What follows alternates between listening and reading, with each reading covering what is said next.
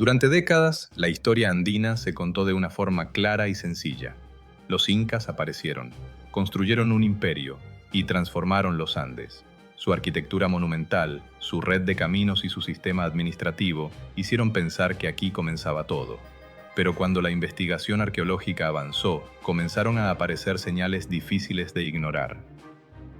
Terrazas agrícolas anteriores al imperio, rutas que ya existían antes de la expansión desde Cusco, tradiciones arquitectónicas y tecnológicas que no nacieron con los incas.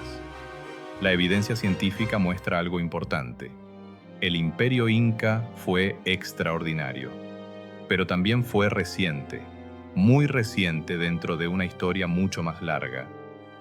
Entonces surge una pregunta inevitable.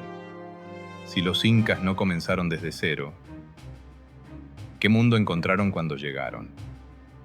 Para responderla, necesitamos dejar de mirar culturas aisladas y empezar a observar lo que se movía entre ellas. Únete a Storylab. Dale like y suscríbete para seguir explorando el pasado. El origen que nos enseñaron. Durante mucho tiempo, el Imperio Inca fue presentado como el punto de partida de la historia andina, una civilización que surgió desde un pequeño valle en Cusco y, en menos de un siglo, logró expandirse a través de montañas, desiertos y selvas, formando uno de los imperios más grandes de América. Su legado es impresionante. Ciudades construidas con precisión extraordinaria, una red de caminos que atravesaba miles de kilómetros, un sistema administrativo capaz de organizar poblaciones diversas sin escritura alfabética. Para muchos, estos logros representaban el inicio de una etapa completamente nueva, el momento en que la complejidad apareció en los Andes. Esta visión no surgió por casualidad. Durante el siglo XIX y gran parte del siglo XX, la arqueología temprana buscaba grandes civilizaciones comparables a las de otras regiones del mundo. El Imperio Inca, por su escala y visibilidad material, se convirtió en el ejemplo más evidente. Machu Picchu, Sacsayhuamán, Ollantaytambo y otros centros monumentales reforzaron esa imagen. Parecía lógico pensar que una civilización capaz de construir estas estructuras había iniciado algo radicalmente distinto. Además, las crónicas coloniales españolas contribuyeron a esta percepción. Muchos cronistas describieron a los incas como organizadores de un territorio previamente disperso, lo que reforzó la idea de que el orden y la complejidad comenzaron con ellos. Sin embargo, esta interpretación tiene un problema. Tiende a mirar el pasado desde el final del proceso, desde el imperio más visible hacia atrás. Y cuando se hace eso, todo lo anterior puede parecer menos desarrollado o simplemente preparatorio. Pero la investigación arqueológica moderna ha ido cambiando esa imagen. Excavaciones en distintas regiones han mostrado que muchas tecnologías, prácticas agrícolas y formas de organización social ya existían antes de la expansión incaica. Esto no disminuye la importancia del imperio. Al contrario, lo sitúa dentro de una historia más amplia. Una historia en la que los incas no aparecen como un comienzo absoluto, sino como parte de un proceso más largo. Un proceso que todavía estamos intentando comprender. Y aquí surge la pregunta central. Si los incas no crearon todo desde cero, ¿qué encontraron cuando comenzaron a expandirse? Para responder eso necesitamos mirar más allá de los monumentos y empezar a observar las primeras señales que sugieren que algo ya estaba en marcha. Las primeras anomalías. Si el imperio inca no surgió en el vacío, las señales deben estar en el registro material. Y están. Agricultura en terrazas.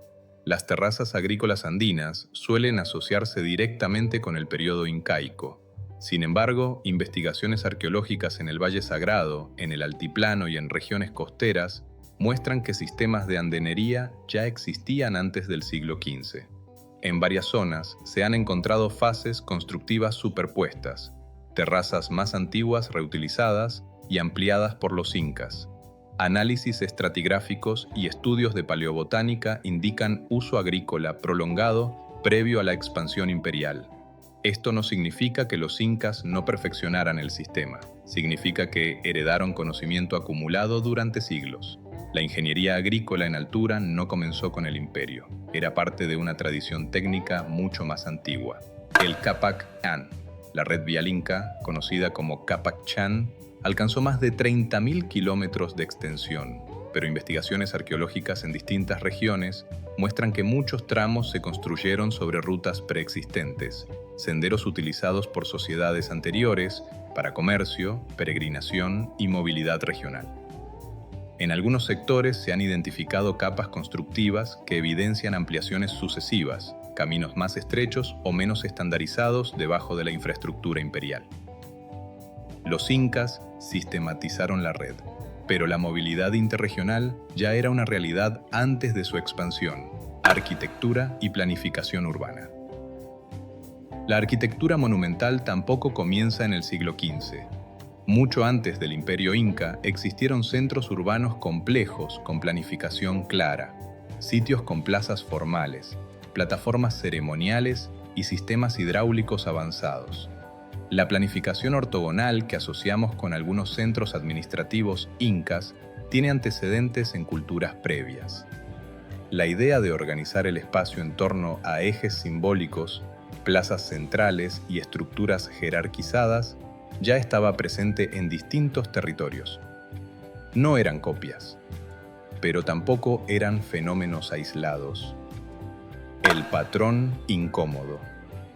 Cuando se observan estos elementos en conjunto, agricultura intensiva en altura, redes de movilidad interregional, planificación urbana compleja, el problema ya no es si existían antes del imperio, el problema es otro: cómo se desarrollaron patrones tan similares en territorios separados por geografía extrema, desiertos costeros, cordilleras abruptas, altiplanos elevados.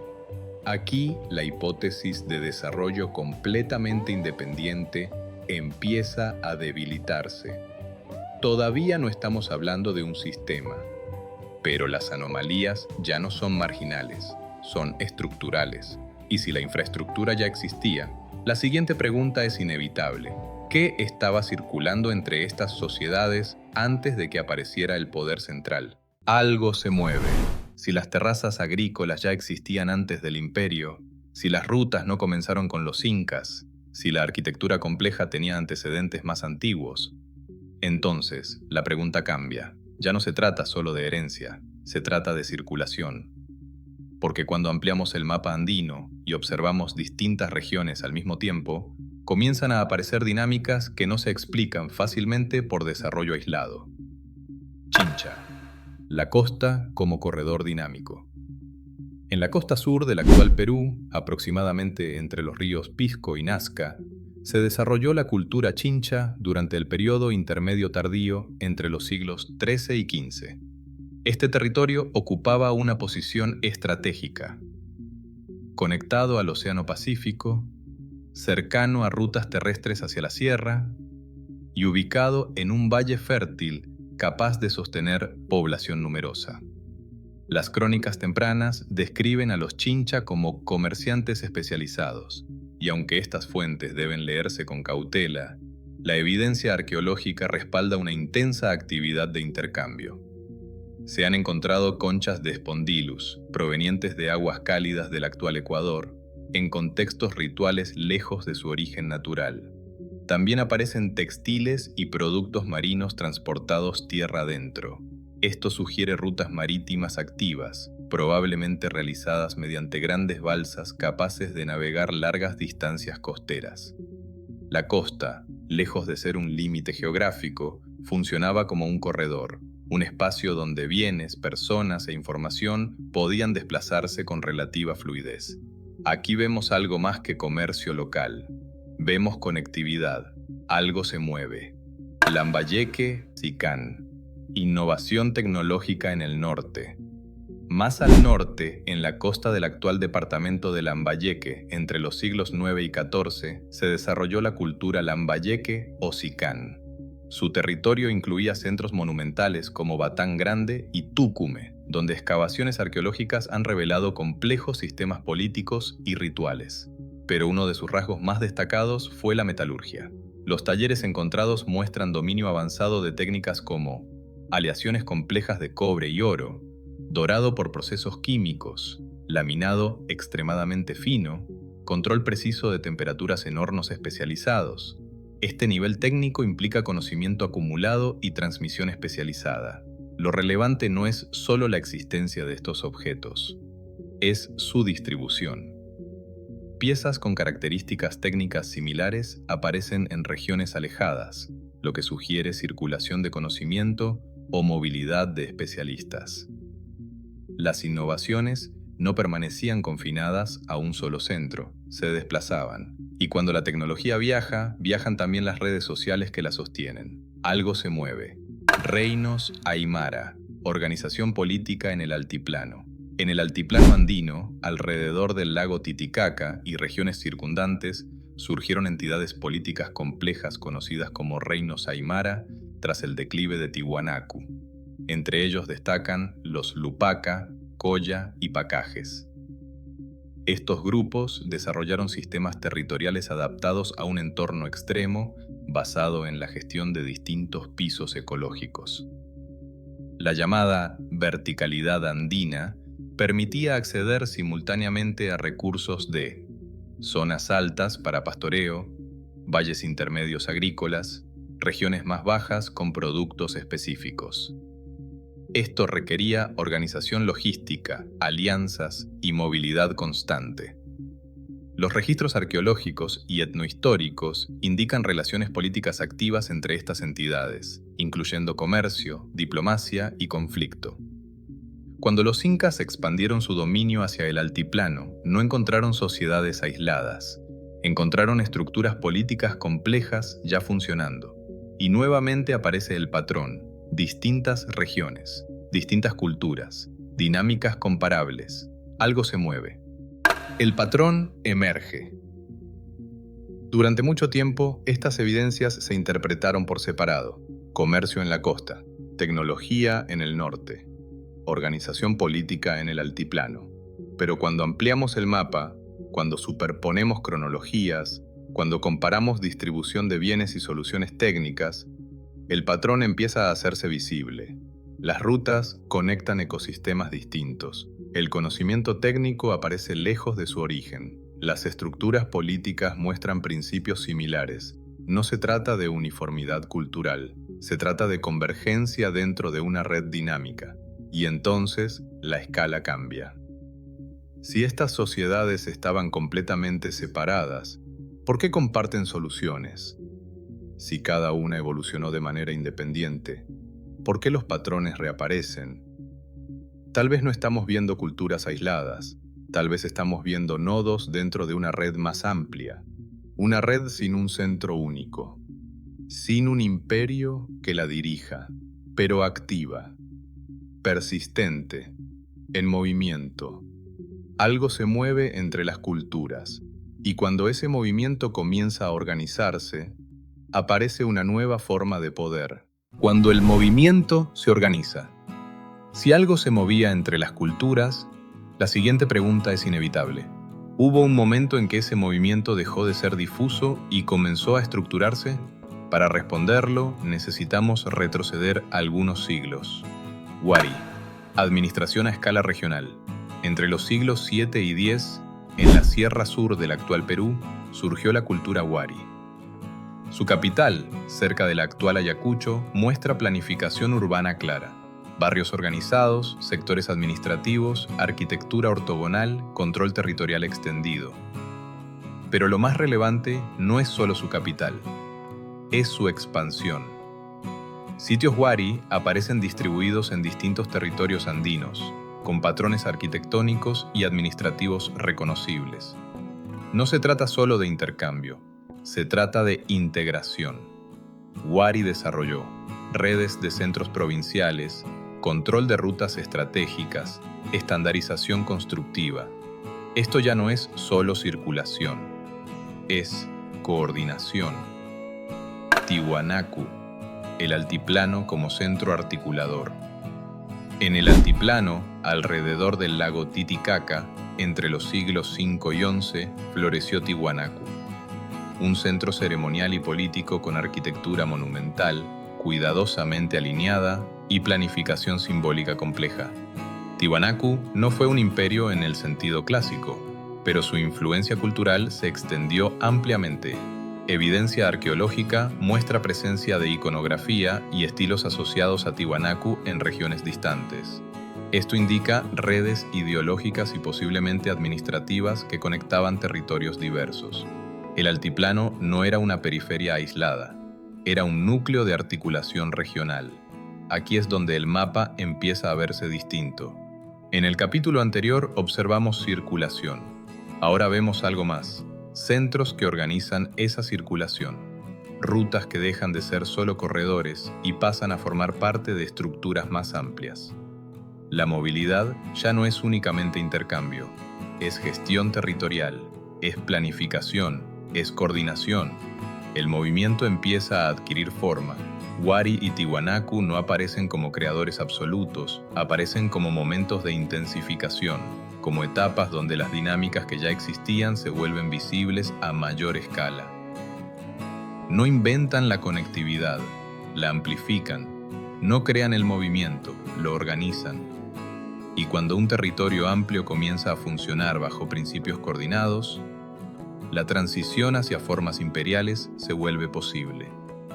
Si siglos antes del Imperio Inca ya existían redes de intercambio, circulación tecnológica, estructuras políticas complejas y momentos de coordinación macrorregional, entonces los incas no surgen en un vacío.